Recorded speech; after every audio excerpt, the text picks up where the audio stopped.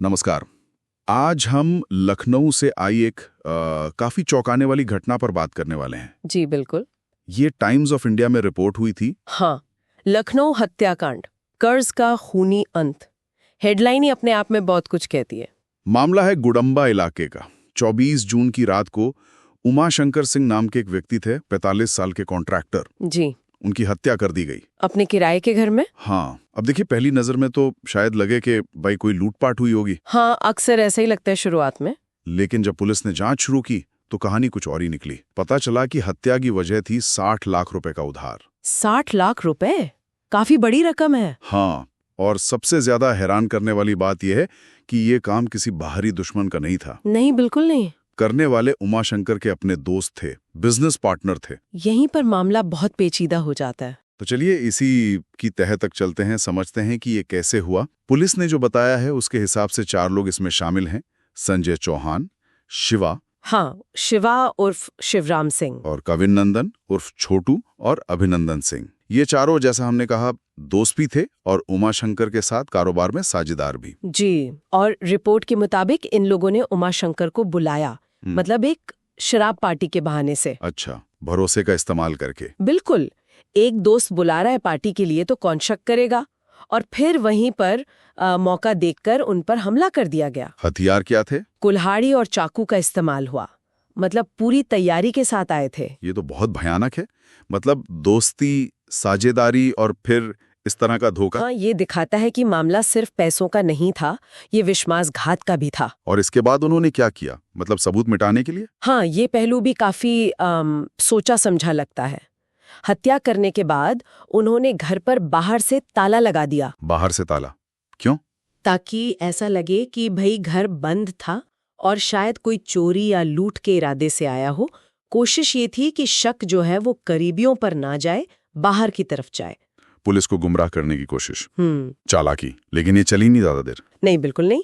जैसे ही एफआईआर दर्ज हुई, पुलिस ने जांच शुरू की और ये चारों आरोपी पकड़े गए।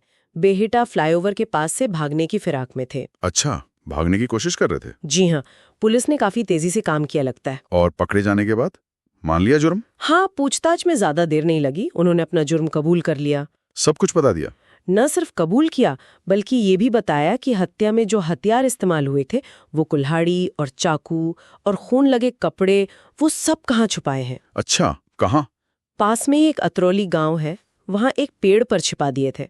पुलिस ने वो सब बरामद भी कर लिया है। तो मतलब सबूत भी मिल गए, जुर्म भी कबूल कर लिया। जी, मामला काफी साफ हो गया पुलिस के लिए। तो ये पूरी तस्वीर जो बन रही है वो दोस्ती, बिजनेस, फिर एक बड़ा अमाउंट 60 लाख रुपए और उसका नतीजा हत्या। बिल्कुल। ये 60 लाख रुपए इतने भारी पड़ गए कि सालों की दोस्ती, साझेदारी, वो सब दुश्मनी और कत्ल में बदल गई। ये सोचने पे मजबूर करता है कि पैसा किस हद तक रिश्तों को बिगाड़ सकता है। सही बात है। ये घटना असल में इस बात पर रोशनी डालती है कि जो वित्तीय दबाव होता है, फाइनेंशियल प्रेशर, खासकर जब रकम इतनी बड़ी हो, वो कैसे इंसानी रिश्तों की बुनियाद तक को हिला सकता है। यहाँ बात सिर्फ पैसों की नहीं रह जाती। वो जो भरोसा होता है, जो शायद सालों में बनता है, वो टूट जाता है। और शायद जब बिजनेस और दोस्ती मिल जाते हैं तो ये और भी खतरनाक हो जाता है। हाँ, ये एक बहुत अहम नुक्ता है। जब व्यापार और निजी रिश्ते इतने घुल मिल जाते हैं तो कोई भी आर्थिक तंगी या विवाद सिर्फ बिजनेस तक सीमित नहीं रहता, वो पर्सनल हो जाता है और फिर उसके ऐसे दुखद अंजाम भी देखने को मिल सकते हैं। तो कुल मिलाकर इस पूरी बातचीत का सार यही है कि लखनऊ की ये घटना एक बहुत ही दुखद उदाहरण है, एक चेतावनी की तरह है। जी। कि कैसे पैसों का लेन देन, खासकर जब बड़ी रकम शामिल हो, वो गहरे से गहरे और भरोसेमंद रिश्तों में भी जहर घोल सकता है और अंजाम कितना भयानक हो सकता है। और ये हमें एक जरूरी सवाल के साथ छोड़ जाता है। जब दोस्ती की बुनियाद पर आप कारोबार खड़ा करते हैं और उसमें इतना बड़ा पैसा आ जाता है, तो क्या विश्वासघात का, मतलब धोखे का खतरा कई गुना बढ़ नहीं जाता? सोचने वाली बात है। शायद रिश्तों और पैसों के बीच एक साफ लकीर खींचना बहुत जरूरी है, पर क्या यह हमेशा मुमकिन हो पाता है? इस पर विचार करना वाकई जरूरी है। Thanks for watching. If you like the video, please like, share, subscribe and hit the bell icon.